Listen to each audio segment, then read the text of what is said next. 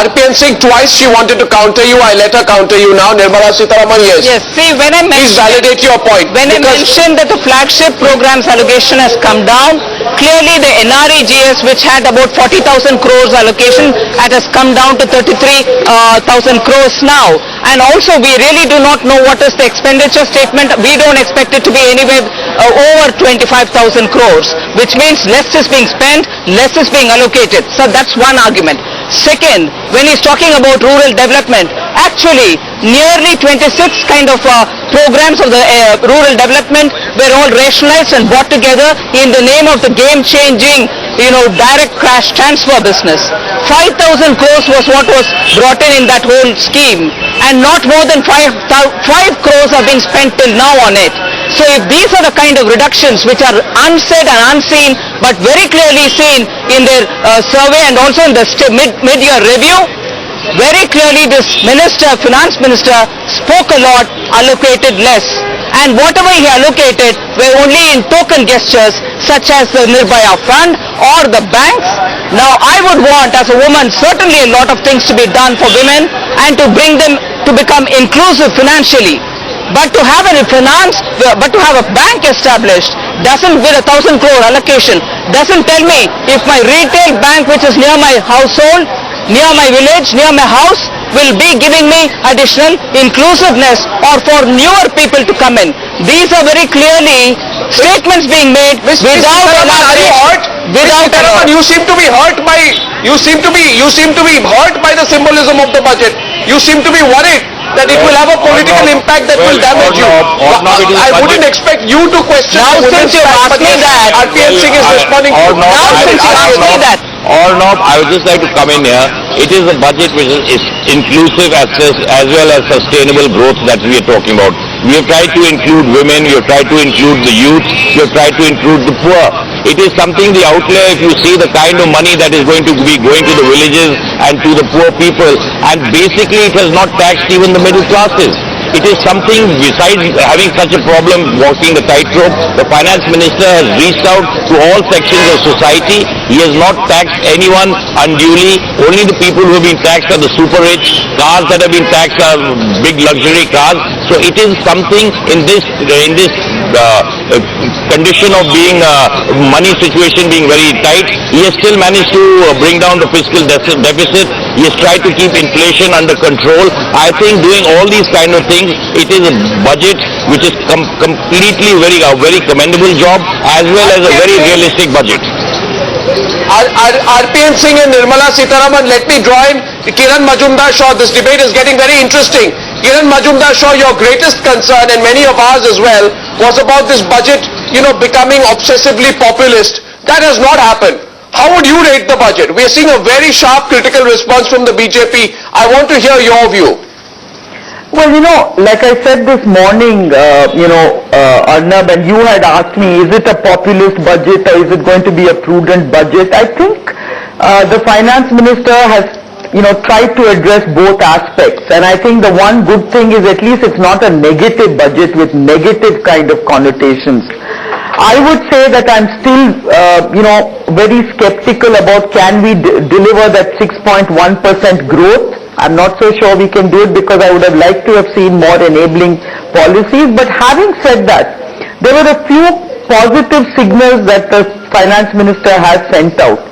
One is about the fact that he mentioned very categorically that we need foreign direct investment and FII to address our current account deficit of $75 billion.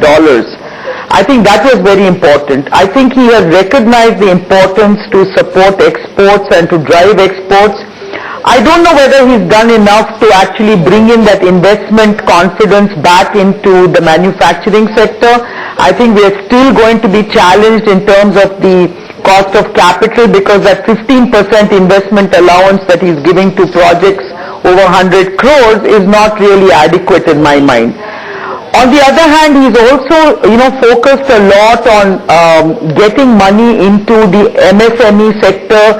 I'm glad that he has actually allowed corporates to invest in incubation funds for MSMEs through the CSR route.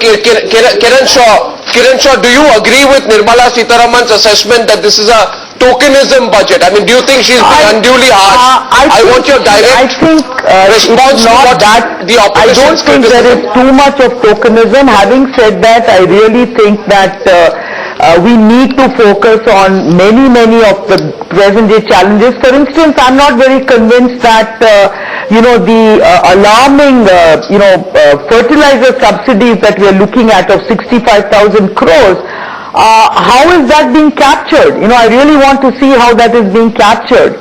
And the fact that we are just going to be raising 18,000 crores from direct and indirect tax, additional indirect and direct tax, how is it going to address all these increases? So I'm a bit concerned about that. Omkar Goswami and Navika and Meghnad are looking at the numbers and they can respond to that right away in a minute. But before that, Nirmala Sitharaman did raise her hand out there. Nirmala, you're not getting much support here this afternoon. You're not getting much support for your criticism of the budget so far. Not everyone's taking that kind of view. Yes, it's not got anything dramatic. But then, in 2008, when they did the farm loan waiver, you said this is total populism. Today, when they are maintaining the tempo, you're saying it's tokenism. Is there a standard criticism that you're resorting to? I'm sorry, you're wrong in saying that. I still say allocation of money for these three, newfound enthusiasm about identifying women, newfound youth constituency, and also now talking about senior citizens is definitely a sign of tokenism, because allocating a fund alone is not going to make women's lives safer.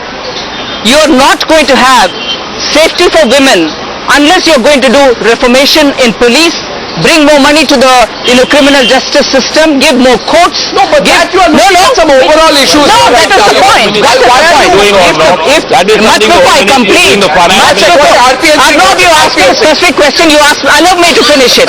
If the overall system doesn't get adequate funding, and you give a fund just for providing relief for those women who are going to be affected or for whatever, the scope again has not been defined by the finance minister, and the finance minister said, I will let you know about it later. That is where I peg my argument. That description awaited, and the fact that the criminal justice system, which requires more money for more courts, more reformation in the police, and also steadily strengthening institutions. Let me continue. No, please don't interrupt, because you're not going to give it. You're giving my opponent an advantage by interrupting me. If that's your intention, go ahead. No, I'm sorry, Arnav. You asked me a specific question, let me finish. To make laws, you don't need money. We have already brought about ordinance. You need money for establishing newer courts. We have already got. We have got 370 more PCR vans just in Delhi for patrolling. So if we are going to say that there is not enough money in this budget for the safety of women, but what he has done is what he has given a clear message that the government of India wants to empower the women of this country, wants to empower the youth of this country, and will take the extra step for the poor of this country. Yeah, by throwing some money into some fund rather than reforming the system for which money is required. And that money has not been given by this minister, and therefore I still say it is a token gesture. Well, Mr. on the issue of tokenism. Hello? Yes? Mr. Arvind Singh, on the issue of tokenism, 2,000 rupees in a year that you're giving back to the middle income groups. Do you think that's enough to get you votes from the middle income groups? No, it is not that we are reaching, we have said that there is already, as you yourself, when you went through the budget, when the papers got to you, that we have fallen short of collecting taxes. We still have managed to give the people who get taxed under 5 lakh, who earn only 5 lakhs, we have given them some kind of money that they get back. But the main focus of this budget has been that to cut fiscal deficit as well as to control inflation. If we give the middle class, we cut taxes by 5,000 and inflation and fiscal deficit increases the expenditure by 10,000 rupees, is there any real benefit accruing to the middle class? We are trying to give a message that we will try to control prices so that the middle class is not impacted by fiscal deficit and inflation. I'll get Mr. Adi Godrej, please, for a minute. Mr. Adi Godrej also joining us right now. Mr. Adi Godrej, this political debate is continuing. There seems to have been, and I don't want to appear presumptuous, But here's a situation, Mr. Godrej. The BJP is directly taking on the Congress, and the Congress's view that we have targeted women, we have targeted the youth, and we have targeted the poor quite explicitly. I think the BJP is still shaping its response, but clearly, in terms of political impact, there's a little bit of tension between both sides. How would you rate Chidambaram's budget? Keep the politics of it aside. How would you rate the budget? I feel it's a development-oriented budget. I think it's an inclusiveness-oriented budget. I think the fact that the fiscal deficit is being contained at 5.2% in this year and 4.8% next year is very welcome. A containment of fiscal deficit will certainly lead to better growth. I think generally the acceleration of GDP through this budget will be promoted. Nirmala Sitharaman, I haven't heard a single critical voice so far. Mean that our criticisms are not well founded. Just listen to me if you can without interruption, because when you interrupt you're giving the advantage to my opponent, and that's not what I'm here for. If you allow me to finish, if you think that taxing super rich, which is what they've done very well, if you're telling me by that gesture the middle class is being kept out without any additional burden, that's wrong. Smaller gestures such as taxing eating out in AC restaurants which may not serve liquor or which did not serve liquor till now are denying the middle class smaller pleasures which they were having. Today, that is also being taxed. That's one thing. And second, if you really wanted to pep up investment within the country, there are very many other sources also to tap in. The savings which the finance minister has conceded has come down. If your savings rate is coming down, what is the pool from which you're going to have additional investment made? So long as the EMIs are still expensive because the interest rates are high, so long as the interest rates are high on my EMI, you may come down. No, please, let the minister please not interrupt me. Please, let the minister not interrupt me. I'm just going to sit here and keep listening. I will finish that point. As long as the interest rate is high on the home loan, it doesn't help the middle class. One second. Yes, Mr. RPN Singh.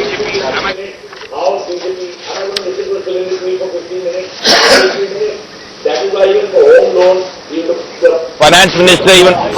I'm listening to Mr. RPN Singh. Yes, Mr. RPN Singh, please continue. Even in the home, if you see in the home loans for the first house under 25 lakhs, the tax benefit has been increased by 1 lakh.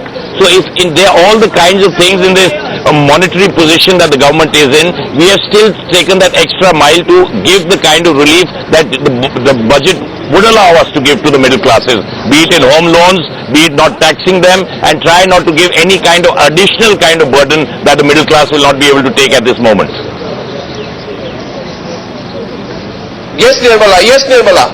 No, I think the same thing continues with this minister here defending the finance minister. There's a lot of talking about it. The specific charges that I'm laying are not being answered. So long as the EMI are still... Well, okay, if you want the minister to continue after the finance minister, we'll keep listening to the ruling government.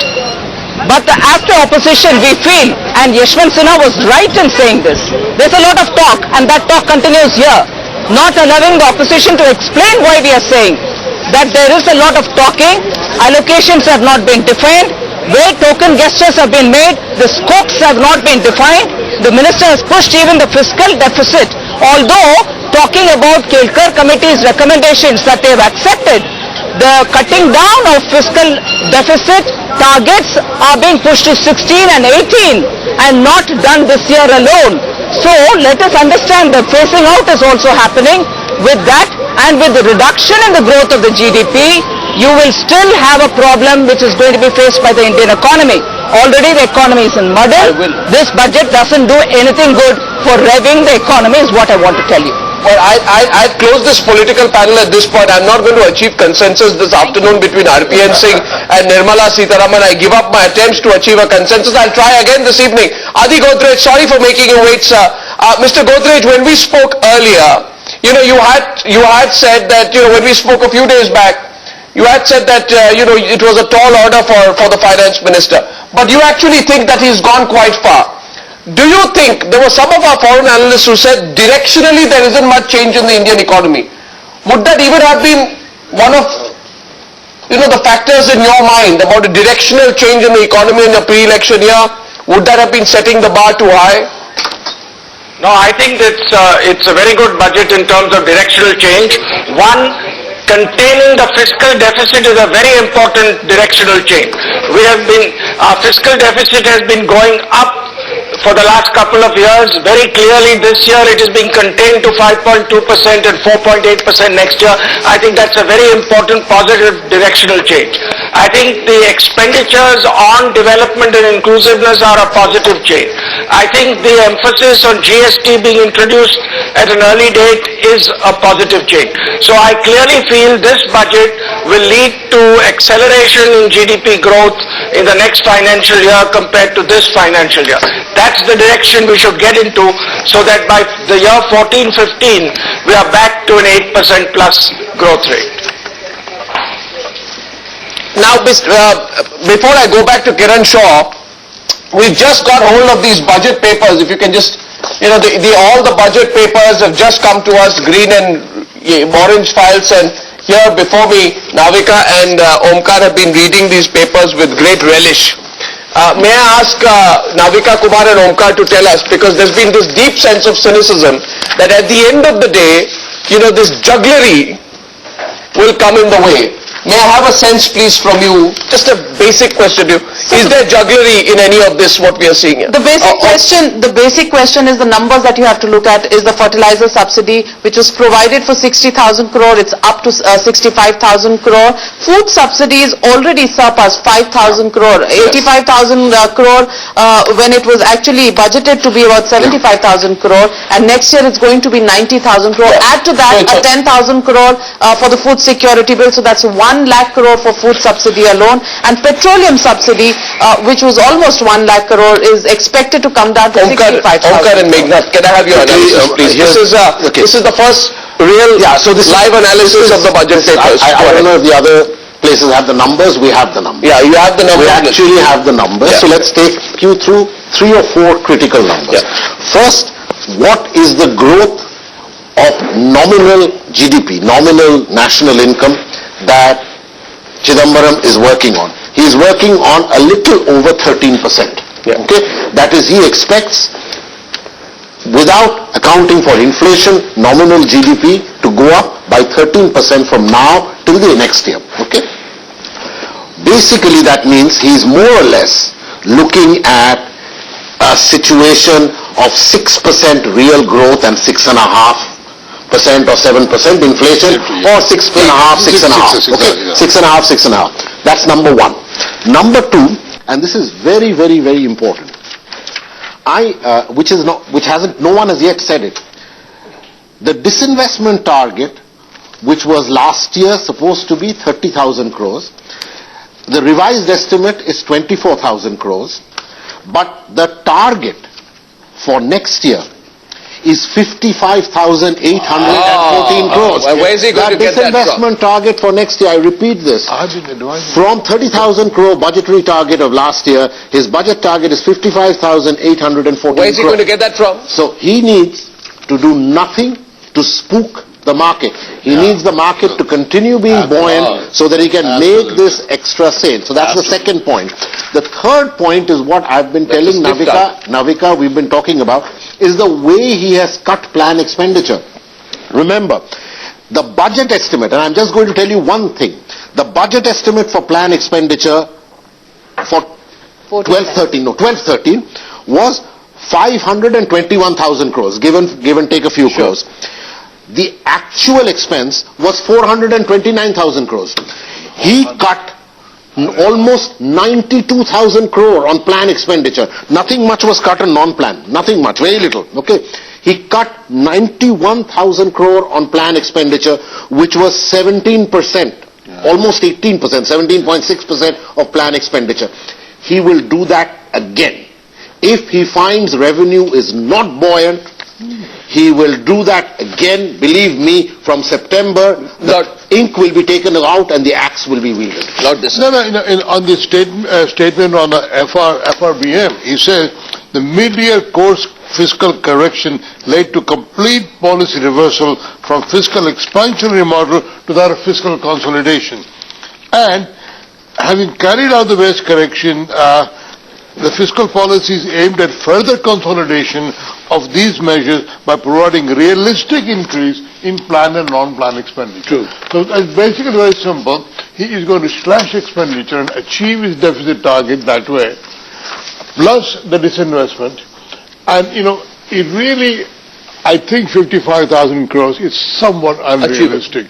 But, if he achieves even 40,000 of that. If he achieves 40, that is still going to be about 20 more than what he achieved. What he achieved, exactly. Or maybe 16, 18 more than what he achieved. Gentlemen, my question is there any badmashi or bazigari in this? I can't see one. That's what the BJP is accusing. Hang on, let me say one more thing. I've speed read this. This is the explanatory memorandum. This is a very critical thing to read with the finance bill. I've speed read this.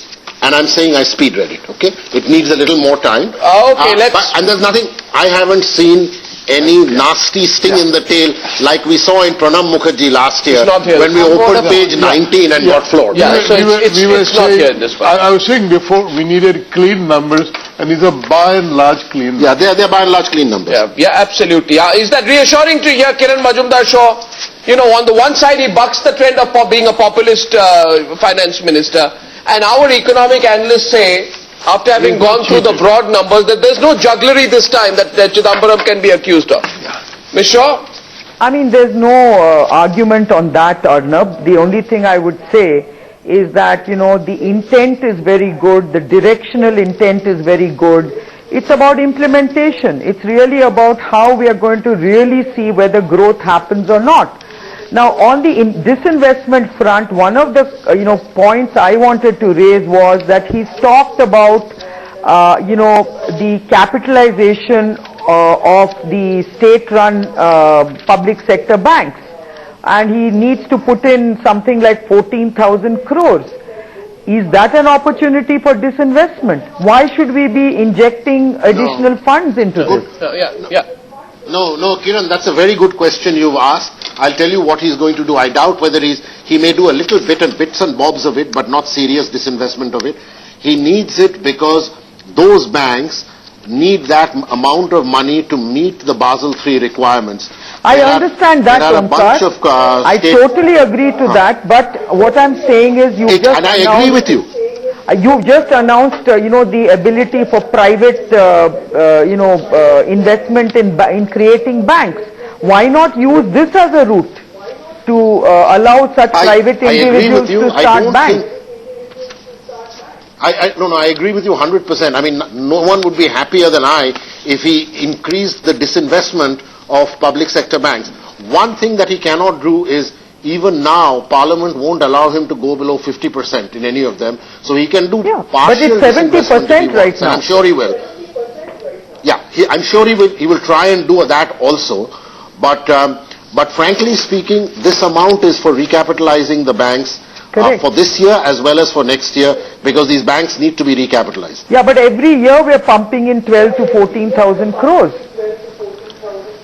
No, we haven't the last couple of years. This is this year, as on 31st March of 2013 and as on 31st March of 2014.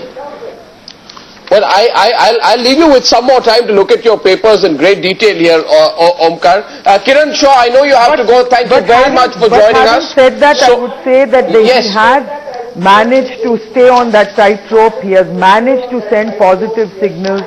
And as I said this morning, it is not a surprise that he imposed the surcharge on the, on the wealthy, that he imposed the, corporate tax, a surcharge on corporate tax, which are important. I think they are necessary.